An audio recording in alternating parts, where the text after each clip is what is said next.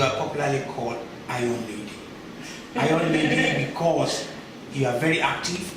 You do not allow things not to get done. You want things to get done.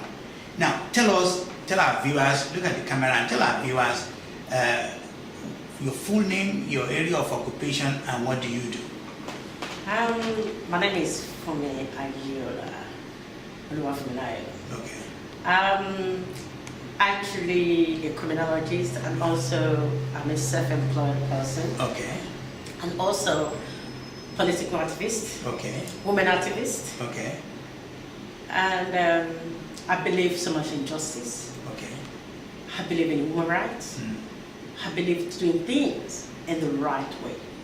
I believe in allowing Holy Spirit to direct me in every step I take. Use Holy Spirit to direct me. I believe in listening to the voice of God. Because with that, you will do the right thing and you will judge people rightly.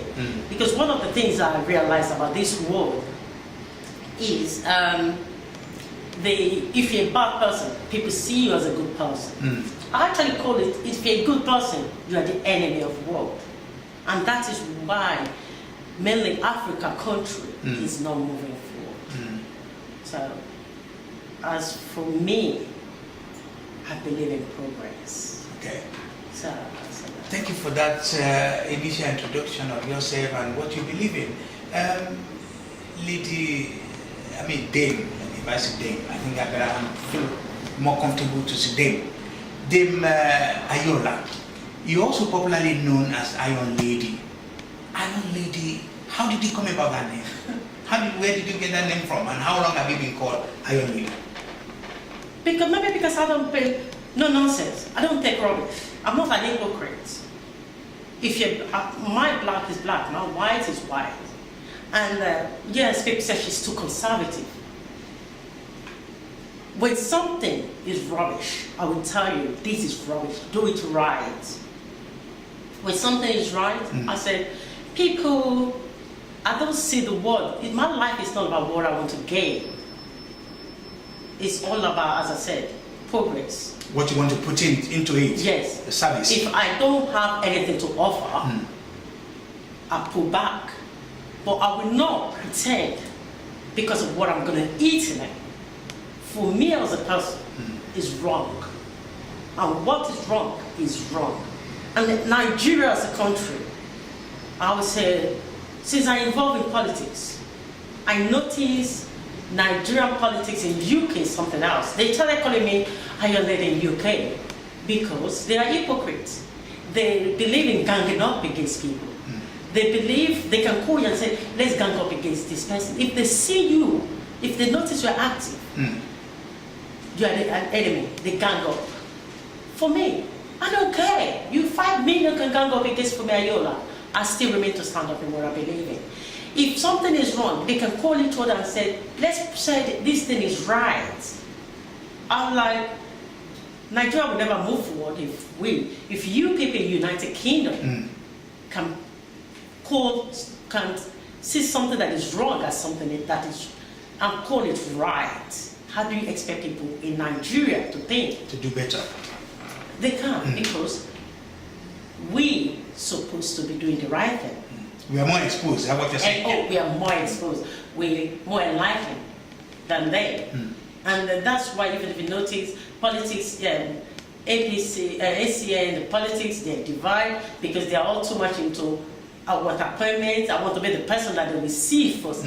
They want to be the person that, they will recognize. And I will tell you something.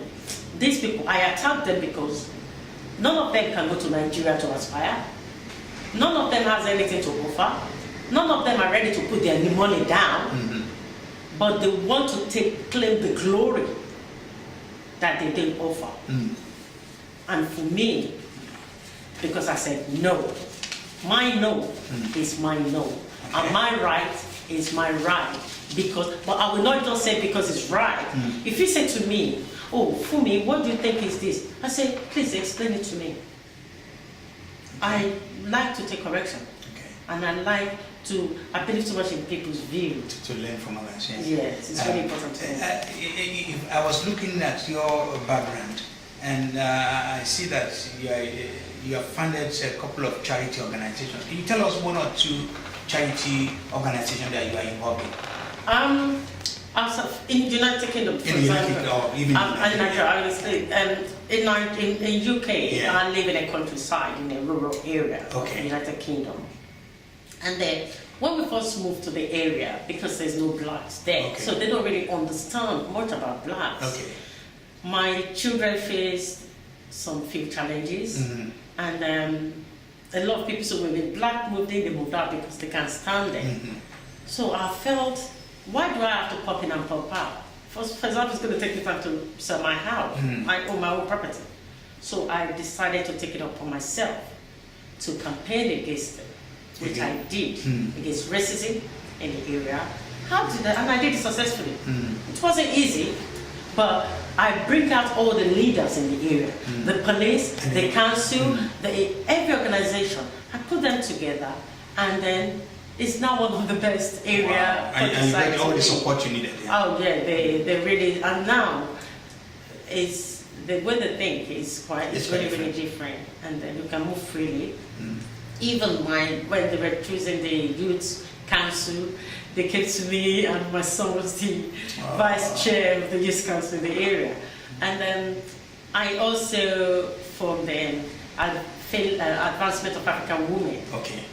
That was in Nigeria. We traveled to Nigeria to do research and then look for a solution about it.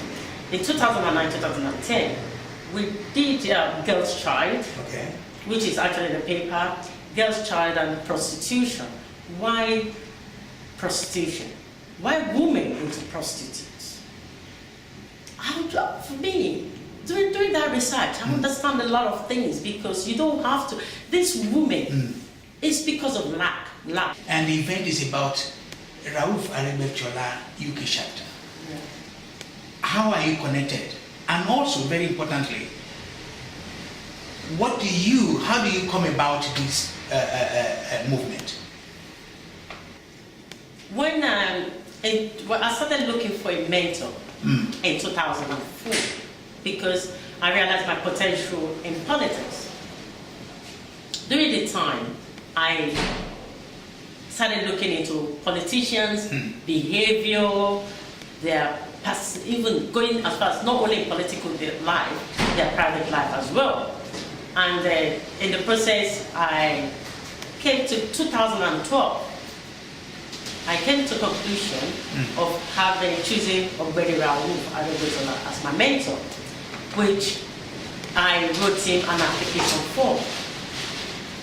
And then can he please be my mentor, blah, blah, blah. And he approved it. Oh, he agreed to it? He did. And since then, he's been watching my back. Oh. You know, I count myself one of the most luckiest persons, actually. And so, Auntie Margaret Apueto. Okay, that's one of the members of the Rauf.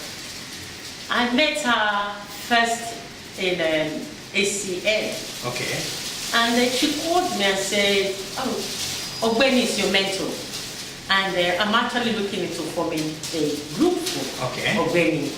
And said, "So Rauf, he thinks that name sounds good."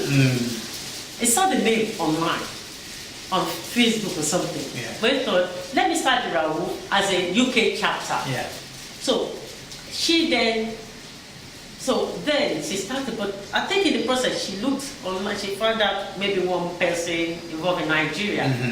I actually see it as a mistake, because she contacted the person in Nigeria. And when the people came, they took over from her, pushed her aside. And then before we know what is going on, the person in Nigeria now put all their own people to run the show. And I traveled 3 hours journey to UK to come to the meeting. Anything for me, anything for my father, political father. I don't mind how much it costs me. I will come down. Auntie Margaret said, "Come to the meeting, do this." Despite the fact everything they did to her. She didn't mind. So you've been joining, Yes, since then we've been paying money, we do everything, we support the party, we support the group. I just hope this person you're talking about is initially rewarded and highly rewarded for all her efforts. Now, because of time, I want to take you with the last question here. And the last question is, I want you to look at the camera. Okay. Because again, the events today is all about Ogbeni Laofa Aregbesola seeking for re-election. Look at the camera and say to people of Osun why they should re-elect him. First of all, I'll repeat my name again, Funmi Aiyeola. My father was when my father was alive, my father died in 1993, but a very Reverend Babs Aiyeola. I am from a Christian background. When I wrote to Ogbeni for him to be my mentor, Ogbeni did not look for my background.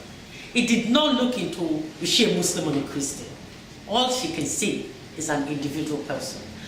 When I took Ogbeni as my political mentor, when I wrote an application to him, I studied him very well. And the man has a fear of God in him. The man is one of the, I will actually say is the most toughest person I noticed in Nigerian history that has a very, very close relationship with the grassroots. Ogbeni has love of Nigeria in his heart. Ogbeni has a lot to offer. I believe that Osun hasn't seen anything yet. There's more to offer. There's a lot he's still going to do. And I will tell you, Osun people, Ogbeni is a presidential material. More than governor. He deserves this second term. The work he has started, with your support, with the people of Osun's support, the people of Osun's blessing, if you re-elect him, he will carry on with the job, and as he always appreciates you, he will keep working very closely with the grassroots. Why do we have to lose a blessing opportunity like Ogbeni? We have, let's look into the education. When PDP was there, education wasn't like nothing. Free education, free food, free uniform, Ogbeni offered. It's offering also people. Right. Why can't we give him another chance? Because he still has more to do. He still has a lot to offer. Thank you for coming on our program. It's been a pleasure having you. Thank you. It's a pleasure. Thank you very much. Thank you. Yes.